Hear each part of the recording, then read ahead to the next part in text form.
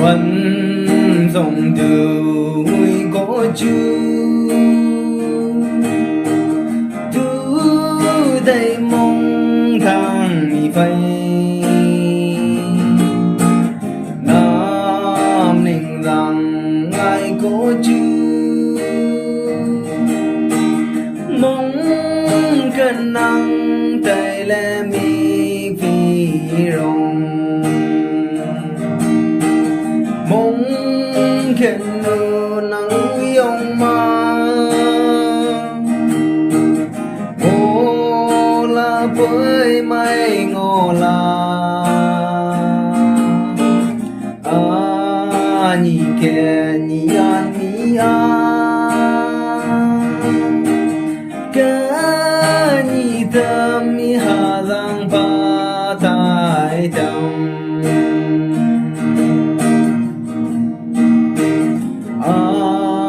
nhị hà văn nu ma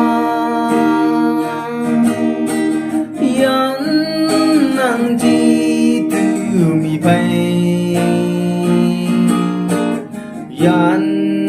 la le tu khazan tu dai mong thang la di ai rang mong cần như nắng yong ma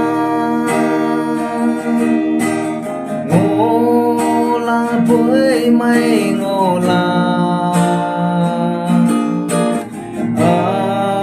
nhị kẻ nhị yan mi cả nhị tâm mi hà giang ba tai tâm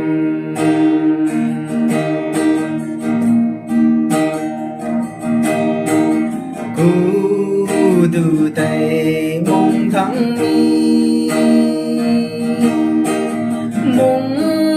cần năng nghe chỉ đi ya vô lệ mi phi bay nắng vẫn tan là lệ tu mi phi rong mong cần như nắng yong ma ngô la với mây ngô la